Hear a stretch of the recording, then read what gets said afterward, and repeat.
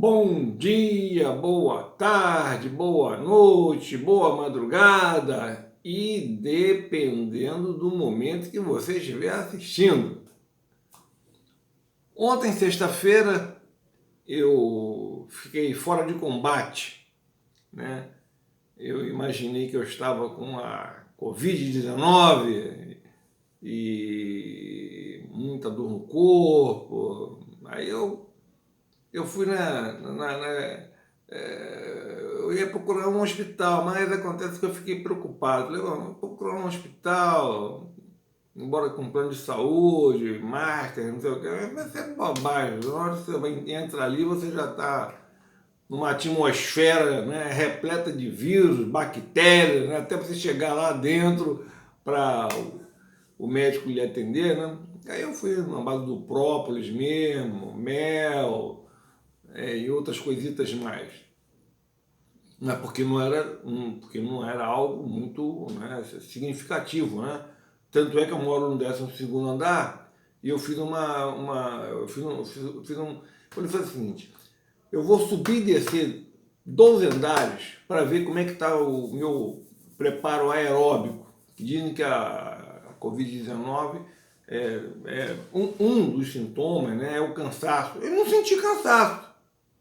Não pela caminhada, não pela descida, foram 2 vezes, né? 12 andares. Mas continuei com o mesmo cansaço.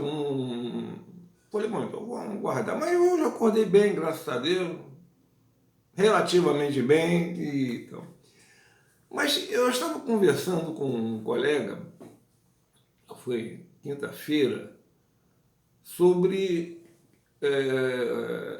a flexibilização das atividades econômicas, né? O governo agora concedeu, né, está concedendo aos poucos, né, flexibilização das atividades econômicas. Mas isso não significa dizer a solução da problemática.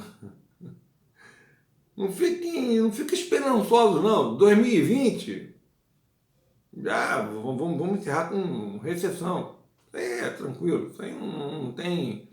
É para minimizar a problemática.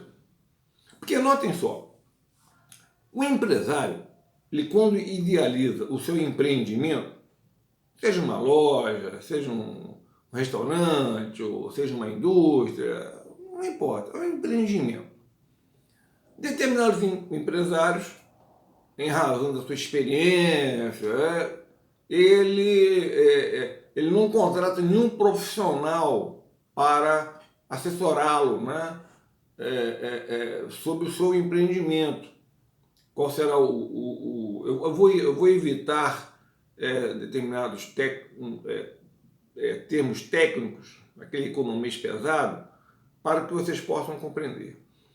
Mas, dependendo do empreendimento, existe um nível de atividade econômica, DABLO, vou botar aqui, vou botar número, vou botar DABLO, em que a empresa alcança o lucro máximo. E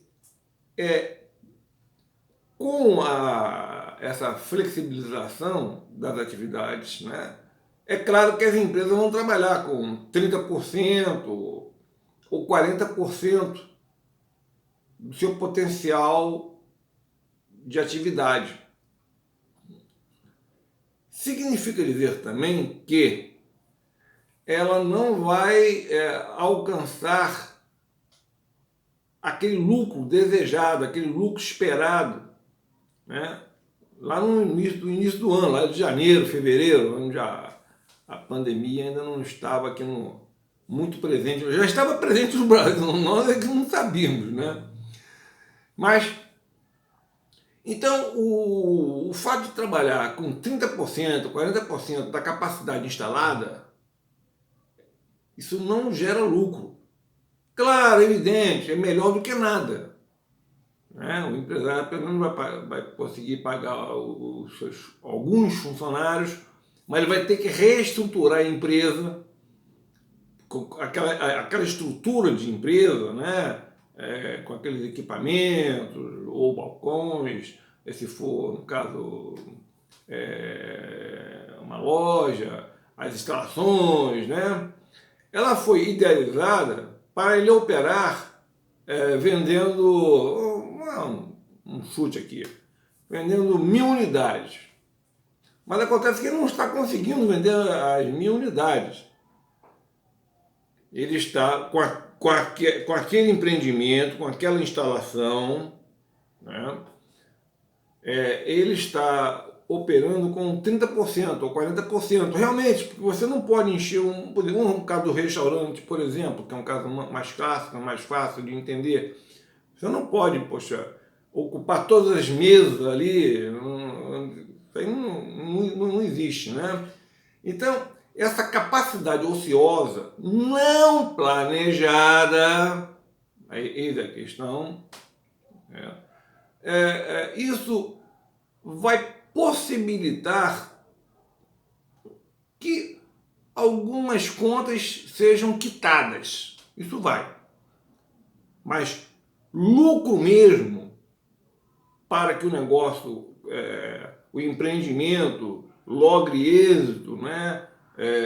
Seja suficiente para gerar um lucro adequado às exigências dos proprietários do empreendimento, esse lucro não vai existir. Claro que não. Não vai conseguir. Primeiro, ele vai ter que reestruturar, ele vai ter que demitir o seu capital de giro também. Ele para vender depende do capital de giro. Mas ele não vai poder também fazer muitas compras, porque ele já está endividado. Ele ficou alguns meses, não sei, dependendo do empreendimento, né? Ficou alguns meses sem receber, sem ter receita. Mas as duplicatas que ele comprou lá em janeiro, fevereiro, tal, estão chegaram bonitinho lá, né? Tem a despesa também do funcionário. Vamos supor que essa loja o local onde o empreendimento está instalado seja próprio, ele não precise pagar aluguel, menos pior, né? Mas uma grande parte paga aluguel, mas vamos dar esse desconto. Então, o que acontece? Ele não vai operar naquele nível Daimler, né? Que é o nível onde a empresa consegue oferir o maior lucro possível em função do seu nível de atividade, né? Em função da sua instalação. Então, o que acontece? A empresa, ela vai, na verdade, ter que redimensionar o seu empreendimento, diminuindo o capital de giro, diminuindo as compras, evidentemente, né? Se ele puder comprar, né? Tem isso também, né? E o quadro do funcionário, lamentavelmente, haverá demissão. Porque o que acontece é o seguinte: o empresário, na cabeça do empresário, quanto mais ele vender, melhor. Mas não necessariamente isso vai resultar em um lucro maior. Porque quando ele ultrapassa aquele nível Daimler que nós falamos, né, de atividade, quando ele ultrapassa, a receita até pode crescer, mas os custos variáveis estão aumentando numa proporção muito maior.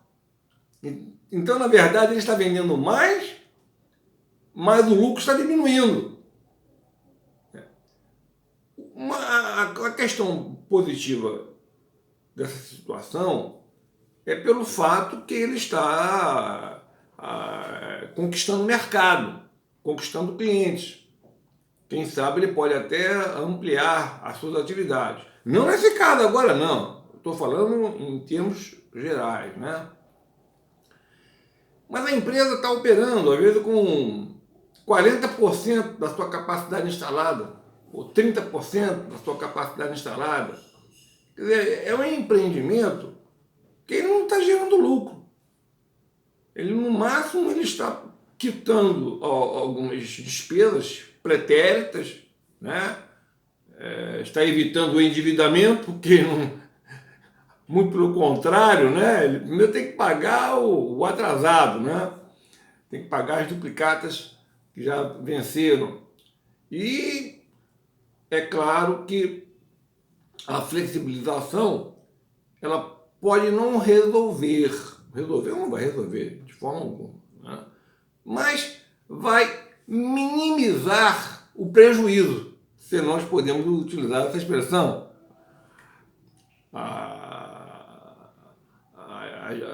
Aquela receita que está ingressando, né? E não consegue quitar todos os compromissos daquele empreendimento.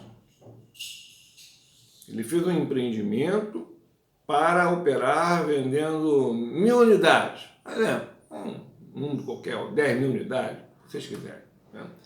Mas ele está vendendo apenas 30%. Ele está utilizando apenas 30% da capacidade instalada, ou 40% no máximo, da capacidade instalada.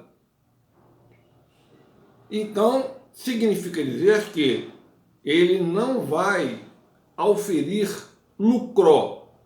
O máximo que ele pode conseguir é empatar ali numa boa, e se conseguir, né? Nunca se esquecendo que as dívidas que ele contraiu em fevereiro, em março, início de março, né? No início de março não tinha ainda a pandemia, né? Ele ficou parado. Ele paralisou as atividades, né? A única atividade que teve muita, né, que teve um incremento, né, de maior de negócios, né, foram os hospitais. Desculpem, mas o hospital é um negócio, né? Ele não é uma casa filantrópica, né? Excetuando os hospitais públicos, mas os hospitais particulares é um negócio como outro qualquer. Tem despesa, receita, o nível de camas ocupadas, tal, tudo isso é feito um estudo. É como se fosse um hotel até. Em hotel, você quando idealiza um empreendimento hoteleiro, você vai, bom, quantos quartos estarão sendo utilizados para propiciar um lucro à empresa? Tem que ter pelo menos 70% dos quartos para propiciar um lucro à empresa. Mas, se estiver operando com 30%, é prejuízo. Um hospital, isso não tem problema, muito pelo contrário, né? O hospital está com os particulares, que eu quero dizer, né? Eles estão trabalhando ali muito acima da capacidade instalada, ao contrário. A razão pela qual o nível de serviço, o nível de atendimento, né, a qualidade, né, prestada por alguns hospitais, essa qualidade declinou, né, significativamente. E nós não sabemos, sinceramente, porque eu não sou infectologista, eu não posso afirmar se a paralisação, a verticalização seria melhor do que a paralisação horizontal, né, como o governo implementou, né, os governos estaduais e municipais. Né? Mas quem está pagando a conta é o governo federal.